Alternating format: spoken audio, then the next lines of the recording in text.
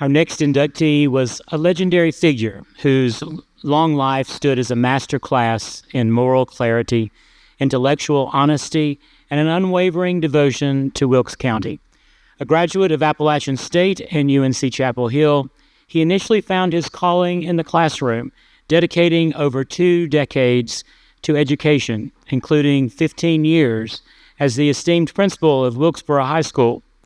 Never one to stop learning, he went on to study law at Wake Forest, passing the bar at age 45 and later making history as the very first judge of the Wilkes General County Court.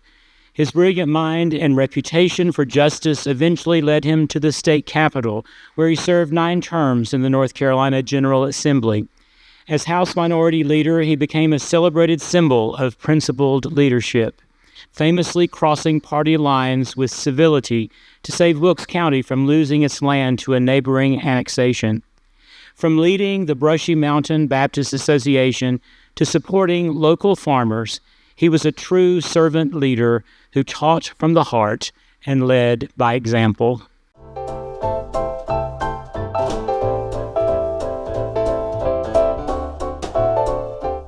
He was born in Blowing Rock, outside of Boone, and he was raised in a little bitty town called Aho. Back in the day, it was just a mountain. I mean, it was a cluster of homes with a church, but he just developed an innate love of Wilkes County and everything about it and made it his business to improve it. He was born in the heart of Blue Ridge country, and his education was attained the hard way. He was considered to be one of the most educated men in the area, and he continued to seek knowledge throughout his life. Mr. Story held more positions of leadership in civic endeavors than any other resident of Wilkes County at that time. When he became superintendent of Wilkes School District schools, state school authorities have told us he was one of the most able men in the school system, yet in his modest way, he had never sought honor or recognition for his accomplishments. He was completely ethical, truthful. He believed in public responsibility. He also was a firm advocate of education. He loved Chapel Hill. I used to go to football games with him. He was a terrible driver. He would drive down the road and he'd say, you know, over there 50 years ago. My parents would hold their breath until I got back home. At an early age, I can remember being in a car with him, which was not always the best thing to do, probably the closest thing he had to a weakness. When he addressed you, he wanted to look in your eyes, and that doesn't work well driving. I am the grandson of Thomas Edgar Story Sr. Given that he was born in 1888 and I was born in 1952, the first time I really have a recollection of him is around 1958 or 1960, so I would have been a roaring 6 or 8 years old. I got to be around him quite a bit, not as much as I should have been. He was not a person of small talk. He'd had multiple years in the legislature. He'd been a superintendent of schools, all these things that he had done. I think he was out of small talk. I mean, if he said something, it was something he meant to say, so to speak. He never told me anything about his accomplishments. Never said he'd been college degree, didn't have a master's, didn't have a law degree.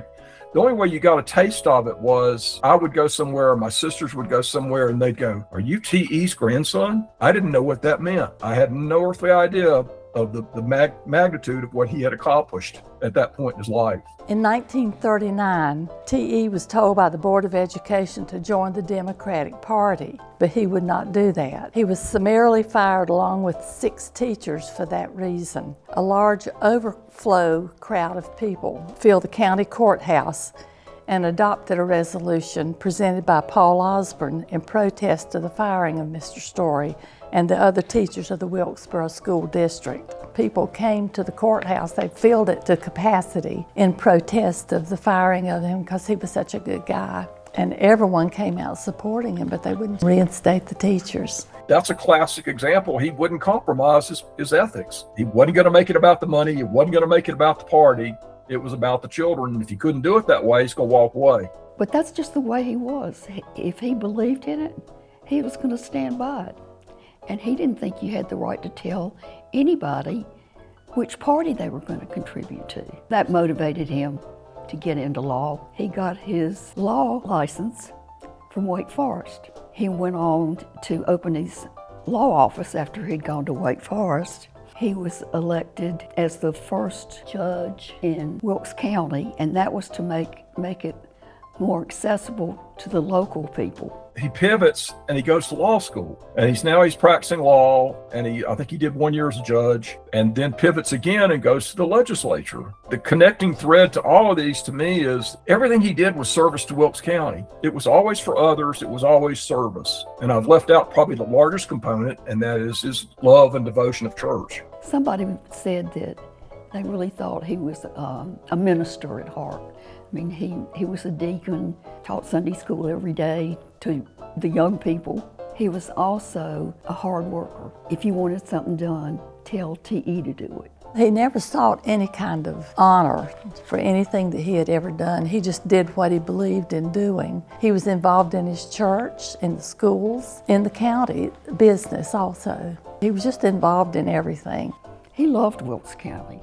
I think he would be most appreciative and feel honored that his achievements and his accomplishments were recognized.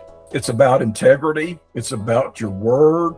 It's about honesty. It's about service. It's about doing something for somebody else besides yourself. I feel remorse that I didn't know this when I could know him, that I didn't know the magnitude of the individual that I was dealing with. I think he would be extremely proud of this. It reflects that people got what he was trying to do for them. Please join me in honoring a monumental educator, judge, and statesman who's being inducted posthumously into the Wilkes County Hall of Fame, Mr. Thomas Edgar Story. Accepting on behalf of Mr. Story is his granddaughter, Clarissa Story Feltz.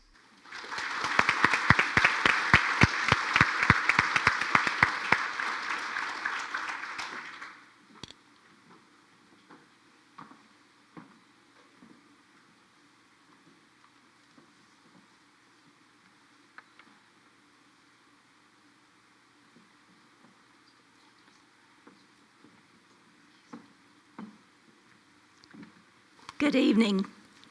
First of all, I want to say thank you to the Wilkes County Hall of Fame Committee and Board. As my sister said, it is such an honor, and our grandfather would be so very honored because he loved Wilkes County so very much. And I just thought of something when I was watching that video that gave me great faith, because he got fired in Wilkes County and you're still honoring him. So I think that's a great thing to remember. Gives us all hope. But tonight, our story begins on Sunday, March the 11th, 1888. It was the beginning of the great blizzard of 1888. While the Northeast got the brunt of this storm, we still know that in the mountains, the Blue Ridge Mountains of North Carolina, in the small community of Ajo, they were getting quite cold and a lot of snow there as well. There, inside a very modest farmhouse, and when I say modest, I mean no running water and no electricity, Joshua Klingman Story and Martha Ann Day Story were not preparing for the storm. They were preparing to welcome a new baby, and that child was Thomas Edgar Story. No one could have imagined that the boy born under these circumstances would one day spend nearly 5 decades helping shape the future of Wilkes County. Edgar, as he was known, had an early passion for education. His family had very limited means, and higher education required determination, sacrifice, and persistence.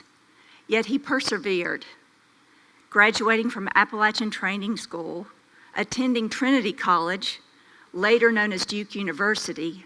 Then he moved down Tobacco Road and finished those degrees, graduating with an undergraduate at UNC Chapel Hill in 1913 and a master's degree in 1920.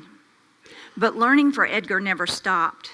It was truly a lifelong pursuit. While serving as an educator and raising a family, he continued pursuing knowledge and attended Wake Forest Law School, later passing the North Carolina bar in 1933. Then he began what would be his life's work, which was service. He became an educator, an attorney, legislator, judge, and civic leader. Amidst the education and career, he met and married Mary Clarissa Downs, and together they raised 3 sons, Thomas Jr., Donald Downs, and William Robert. Mary deserves recognition tonight as well. Behind Edgar's accomplishments stood a remarkable woman who supported his demanding schedule and handled family responsibilities while sharing her own talents as a musician and homemaker. Mary was essential to his success, and we are very grateful for Mama Story. In summary here, Edgar's commitment to education never wavered. He believed strongly in improving opportunities for students and teachers, and he spent years advocating for educational advancement throughout North Carolina. But life tested him, as we just watched in this video. In 1939, after a very successful career in education, he faced difficult circumstances, and he made an extraordinary decision. At age 51, he started over. He left the profession he loved and opened a law practice. And think about that for a moment. Most people would have seen nothing but uncertainty. He saw yet another opportunity to serve, and serve Wilkes County. He went on to serve 9 terms in the North Carolina General Assembly, where education remained one of his highest priorities. And while titles and accomplishments are impressive, they really aren't what I remember most. I remember his eyes sparkled, and you did see that when he was driving, when he was looking at you. I also remember he listened far more than he spoke. I remember him telling me, "You learn more when you listen than when you speak." And he was right. Those who worked with him also described him the same way. He was often seen with hand cupped to his ear, so he didn't miss a single beat. He was careful to listen to every discussion. And listening was not something he just did, it was who he was and how he showed respect. I remember Sunday mornings with our grandpappy. He would arrive at church at least an hour before everyone else, except Reverend Henry Morgan. As a child, I never understood why we were often the only people in the building. But now I understand. He was always preparing. He was writing notes, he was reading his lesson again, he was studying the Bible, and quietly getting ready. And believe me, if Grandpappy attended a meeting, you could safely assume there would be meeting notes. In fact, I suspect if he were here tonight, we'd all be leaving with meeting minutes tonight. For him, showing up mattered. Being prepared mattered. Service mattered. I was fortunate enough to accompany him to one of his UNC class reunions, the class of 1913, when I was about 8 years old. I don't remember every detail from that day, but I remember being incredibly impressed with the people around him, his former classmates. Looking back, I realized I was seeing people who respected him, not because of titles or accomplishments, but because of the kind of man he was. I never saw him angry. I never saw him lose his temper. The harshest word I ever heard him say, and this was his favorite, drat. That was about as serious as things got. Somehow that little word seems very fitting. Because Thomas Edgar Story possessed a quiet strength that never demanded attention. He did not need to be loud to be effective. He did not need to dominate a room to lead it. He showed up, he stood by his principles, and he served others. Tonight, we honor his 48 years of service to Wilkes County. But for our family, we honor something even more personal. We honor our grandpappy. So thank you to Thomas Edgar Story for showing us what a life of humility, character, and service truly looks like. Thank you all, and thank you for being here tonight. Thank you to our family. We have 5 of 7 grandchildren here tonight and their spouses, and we are so grateful to family and our friends. So thank you all. Good night. Thank you.